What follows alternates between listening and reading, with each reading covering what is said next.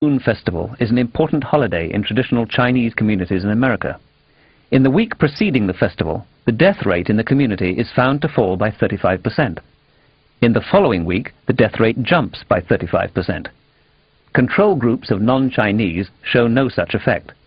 You might think that suicides are responsible, but only deaths from natural causes are counted.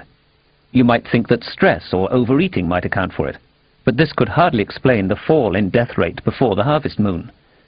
The largest effect is for people with cardiovascular disease, which is known to be influenced by stress. Cancer showed a smaller effect. On more detailed study, it turned out that the fluctuations in death rate occurred exclusively among women 75 years old or older. The Harvest Moon Festival is presided over by the oldest women in the households. They were able to stave off death for a week or two to perform their ceremonial responsibilities. A similar effect is found among Jewish men in the week centered on Passover, a ceremony in which older men play a leading role, and likewise worldwide for birthdays, graduation ceremonies, and the like. One of the saddest lessons of history is this: if we've been bamboozled long enough, we tend to reject any evidence of the bamboozle. We're no longer interested in finding out the truth. The bamboozle has captured us.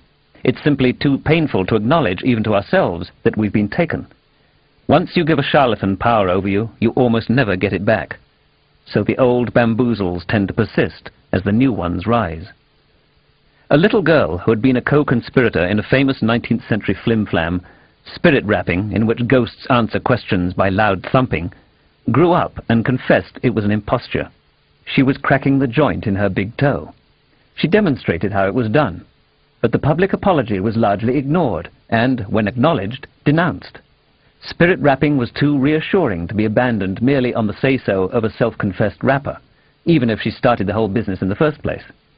The story began to circulate that the confession was coerced out of her by fanatical rationalists. British hoaxers confessed to having made crop circles, geometrical figures generated in grain fields. It wasn't alien artists working in wheat as their medium, but two blokes with a board, a rope, and a taste for whimsy. Even when they demonstrated how they did it, though, believers were unimpressed. Maybe some of the crop circles are hoaxes, they argued, but there are too many of them, and some of the pictograms are too complex. Only extraterrestrials could do it. Then others in Britain confessed. But crop circles abroad, it was objected. In Hungary, for example, how can you explain that? Then copycat Hungarian teenagers confessed. But what about... To test the credulity of an alien abduction psychiatrist, a woman poses as an abductee. The therapist is enthusiastic about the fantasies she spins. But when she announces it was all a fake, what is his response? To re-examine his protocols or his understanding of what these cases mean? No. On various days he suggests, 1, even if she isn't herself aware of it, she was in fact abducted, or 2, she's crazy, after all she went to a psychiatrist, didn't she? Or 3, he was on top of the hoax from the beginning and just gave her enough rope to hang herself. If it's sometimes easier to reject strong evidence than to admit that we've been wrong, this is also information about ourselves worth having. A scientist places an ad in a Paris newspaper offering a free horoscope. He receives about 150 replies, each, as requested, detailing a place and time of birth. Every respondent is then sent the identical horoscope, along with a questionnaire asking how accurate the horoscope had been. 94% of the respondents, and 90% of their families and friends, reply that they were at least recognizable in the horoscope. However, the horoscope was drawn up for a French serial killer. If an astrologer can get this far without even meeting his subjects, think how well someone sensitive to human nuances and not overly scrupulous might do. Why are we so easily taken in by fortune-tellers, psychic seers, palmists, tea leaf, tarot and yarrow readers and their ilk? Of course, they note our posture, facial expressions, clothing, and answers to seemingly innocuous questions. Some of them are brilliant at it, and these are areas about which many scientists seem almost unconscious. There is also a computer network to which professional psychics subscribe, the details of their customers' lives available to their colleagues in an instant. A key tool is the so-called cold read, a statement of opposing predispositions so tenuously balanced that anyone will recognize a grain of truth. Here's an example. At times you are extroverted, affable, sociable, while at other times you are introverted, wary and reserved. You have found it unwise to be too frank in revealing yourself to others. You prefer a certain amount of change and variety, and become dissatisfied when hemmed in by restrictions and limitations. Disciplined and controlled on the outside, you tend to be worrisome and insecure on the inside. While you have some personality weaknesses, you are generally able to compensate for them. You have a great deal of unused capacity, which you have not turned to your advantage. You have a tendency to be critical of yourself. You have a strong need for other people to like you, and for them to admire you. Almost everyone finds this characterization recognizable, and many feel that it describes them perfectly. Small wonder. We are all human. The list of evidence that some therapists think demonstrates repressed childhood sexual abuse, for example in The Courage to Heal by Ellen Bass and Laura Davis, is very long and prosaic. It includes sleep disorders, overeating, anorexia and bulimia, sexual dysfunction, vague anxieties, and even an inability to remember childhood sexual abuse. Another book by the social worker E. Sue Bloom lists, among other telltale signs of forgotten incest, headaches, suspicion or its absence, excessive sexual passion or its absence, and adoring one's parents. Among diagnostic items for detecting dysfunctional families listed by Charles Whitfield, MD, are aches and pains, feeling more alive in a crisis, being anxious about authority figures, and having tried counseling or psychotherapy, yet feeling that something is wrong or missing. Like the cold read, if the list is long and broad enough, everyone will have symptoms.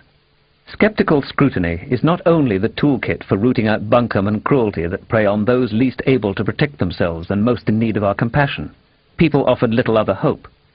It is also a timely reminder that mass rallies, radio and television, the print media, electronic marketing and mail-order technology permit other kinds of lies to be injected into the body politic, to take advantage of the frustrated, the unwary and the defenseless in a society riddled with political ills that are being treated ineffectively, if at all. Baloney, bamboozles, careless thinking, flim-flam, and wishes disguised as facts are not restricted to parlor magic and ambiguous advice on matters of the heart.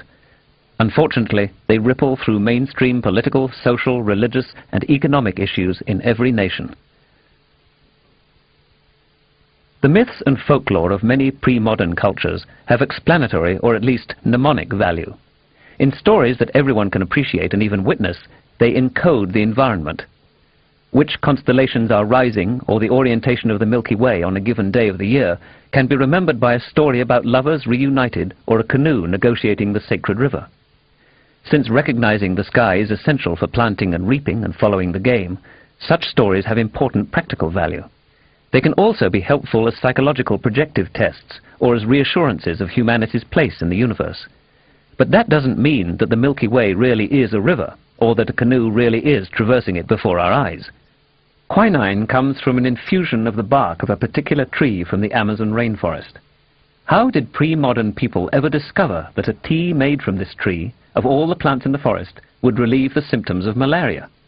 They must have tried every tree and every plant, roots, stems, bark, leaves, tried chewing on them, mashing them up, making an infusion. This constitutes a massive set of scientific experiments continuing over generations. Experiments that, moreover, could not be duplicated today for reasons of medical ethics.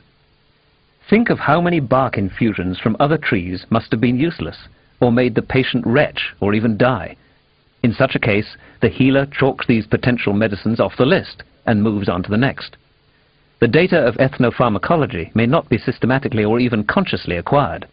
By trial and error, though, and carefully remembering what worked, eventually they get there, using the rich molecular riches in the plant kingdom to accumulate a pharmacopoeia that works. Absolutely essential, life-saving information can be acquired from folk medicine and in no other way. We should be doing much more than we are to mine the treasures in such folk knowledge worldwide.